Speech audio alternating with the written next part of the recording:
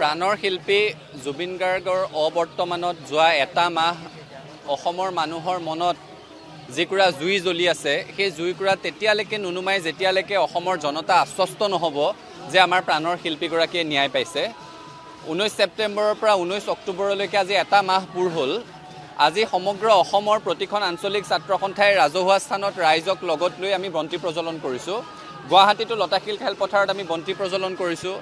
এই বন্তি প্ৰজ্বলনৰ উদ্দেশ্য কেৱল প্ৰাণৰ শিল্পীগৰাকীক শ্ৰদ্ধাঞ্জলি নহয়, এই বন্তি প্ৰজ্বলনত তেওঁক শ্ৰদ্ধাঞ্জলি জনোৱাৰ সমান্তৰালভাৱে আমি পুনৰ সমবেত হৈ সংকল্প লৈছোঁ যে যেতিয়ালৈকে আমাৰ প্ৰাণৰ শিল্পীগৰাকীয়ে ন্যায় নাপাব তেতিয়ালৈকে সংগ্ৰাম অব্যাহত থাকিব। জুবিন গাৰ্গ হেৰাই গ'ল, তেওঁক আমি সুকীয়াকৈ এতিয়া ন্যায় কি দিব পাৰিম, কিন্তু জুবিন গাৰ্গ নোহোৱা হৈ গ'ল। এই জীয়া সত্যটোক আঁকোৱালি লৈ প্ৰতিদিনে যিসকল অনুৰাগী মৰি মৰি জীয়াই থাকিব লাগিব সেইসকলেতো ন্যায় পাব লাগিব, আৰু সেইকাৰণে প্ৰাণৰ শিল্পীগৰাকীৰ ন্যায়ৰ সংগ্ৰামখন তীব্ৰতৰ হ'ব। অহা 23 তাৰিখলৈ সমগ্ৰ অসমৰ প্ৰতিখন জিলা সদৰত সদৌ অসম ছাত্ৰ সন্থাৰ আহ্বানত ন্যায় সমদল কাৰ্যসূচী আমি ৰূপায়ণ কৰিম।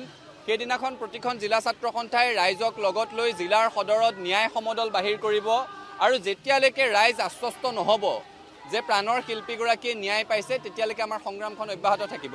কাৰণ এটা মাহ পাৰ হৈ গ'ল, এই সময়খিনিত ন্যায় মানে কি সেই কথাটো আমি আকৌ পাতিব লাগিব। ন্যায় তেতিয়াহে পাব যেতিয়া এটা পানী নসৰকা তদন্ত হ'ব, ন্যায় তেতিয়া পাব যেতিয়া তদন্তটো ক্ষিপ্ৰ হ'ব। কাৰণ এটা কথা আছে যে justice delayed is justice denied. আমি ৰৈ এই কথাটো পাহৰণিৰ গৰ্ভত কেতিয়াও নাযায়। অসমৰ মানুহৰ মনত জ্বলি থকা জীয়া জুইকুৰা তেতিয়ালৈকে জ্বলি থাকিব যেতিয়ালৈকে এটা সমাধান নাপায়, যেতিয়ালৈকে শিল্পীগৰাকীয়ে ন্যায় নাপায়। আৰু আৰক্ষীক আমি সেইকাৰণে কৈছোঁ তদন্ত ক্ষিপ্ৰ হ'ব লাগিব, পানী নসৰকা হ'ব লাগিব, আৰু এই তদন্তৰ অন্তত এনে এখন চাৰ্জশ্বীট SIT-য়ে প্ৰস্তুত কৰিব লাগিব যিখন সাক্ষ্য প্ৰমাণেৰে সৈতে কটকটীয়া হয়, যিখনৰ জৰিয়তে দোষীয়ে আইনৰ সুৰুঙাৰে সাৰি যোৱাৰ কোনো সুযোগ নাথাকে, আৰু দোষীয়ে যেতিয়া দৃষ্টান্তমূলক কঠোৰ আইনী শাস্তি পাব তেতিয়াহে তেওঁৰ অনুৰাগীসকল অসমৰ জনতা আশ্বস্ত হ'ব যে আমি ন্যায় পাইছোঁ, আৰু যেতিয়ালৈকে সেইটো নহ'ব সংগ্ৰাম অব্যাহত থাকিব। প্ৰাণৰ শিল্পী জুবিন গাৰ্গৰ অবৰ্তমানত যোৱা এটা মাহ অসমৰ মানুহৰ মনত যিকুৰা জুই জ্বলি আছে সেই জুইকুৰা তেতিয়ালৈকে নুনুমাই যেতিয়ালৈকে অসমৰ জনতা আশ্বস্ত নহ'ব যে আমাৰ প্ৰাণৰ শিল্পীগৰাকীয়ে ন্যায় পাইছে। 19 ছেপ্টেম্বৰৰ পৰা 19 অক্টোবৰলৈকে আজি এটা মাহ পূৰ হ'ল।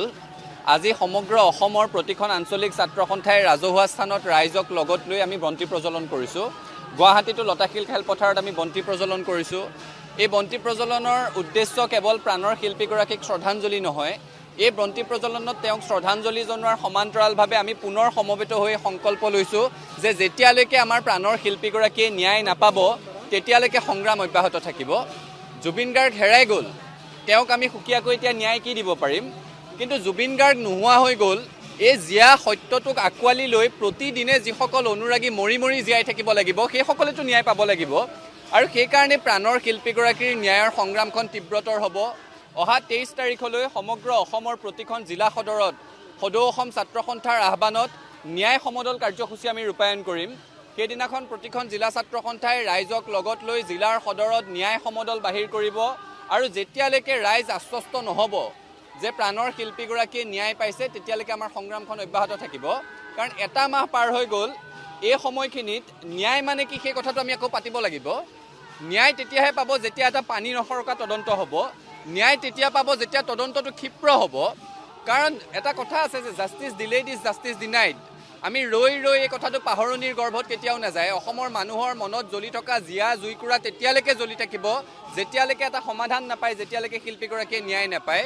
আৰু আৰক্ষীক আমি সেইকাৰণে কৈছোঁ তদন্ত ক্ষিপ্ৰ হ'ব লাগিব, পানী নসৰকা হ'ব লাগিব, আৰু এই তদন্তৰ অন্তত এনে এখন চাৰ্জশ্বীট SIT-য়ে প্ৰস্তুত কৰিব লাগিব যিখন সাক্ষ্য প্ৰমাণেৰে সৈতে কটকটীয়া হয়, যিখনৰ জৰিয়তে দোষীয়ে আইনৰ সুৰুঙাৰে সাৰি যোৱাৰ কোনো সুযোগ নাথাকে, আৰু দোষীয়ে যেতিয়া দৃষ্টান্তমূলক কঠোৰ আইনী শাস্তি পাব তেতিয়াহে তেওঁৰ অনুৰাগীসকল অসমৰ জনতা আশ্বস্ত হ'ব যে আমি ন্যায় পাইছোঁ, আৰু যেতিয়ালৈকে সেইটো নহ'ব সংগ্ৰাম অব্যাহত থাকিব।